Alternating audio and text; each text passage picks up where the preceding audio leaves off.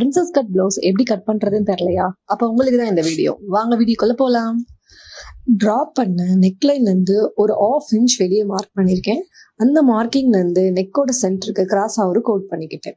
தென் நெக்கோட ஸ்டார்டிங்ல இருந்து நம்ம மார்க் பண்ண அந்த 1/2 இன்ச் மார்க்குக்கு ஒரு அழகா வளைவா ஒரு கோடு போட்டோம்னா அழகான ஒரு நெக் டிசைன் வந்து நமக்கு கிடைச்சிரும்.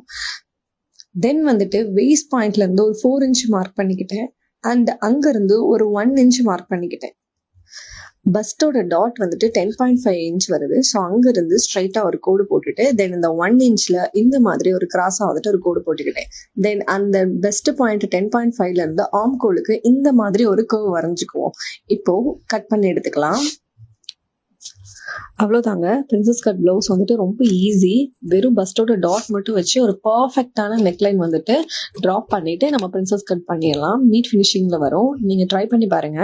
இதுல எப்படி நான் ஸ்கேலப் கொடுத்து ஃபினிஷ் பண்ணேன்ற வீடியோ நெக்ஸ்ட் சொல்றேன். ஃபாலோ பண்ணிக்கோங்க. யூடியூப்ல பாக்குறீங்கன்னா சப்ஸ்கிரைப் பண்ணிக்கோங்க. Until then, Hansel Threads.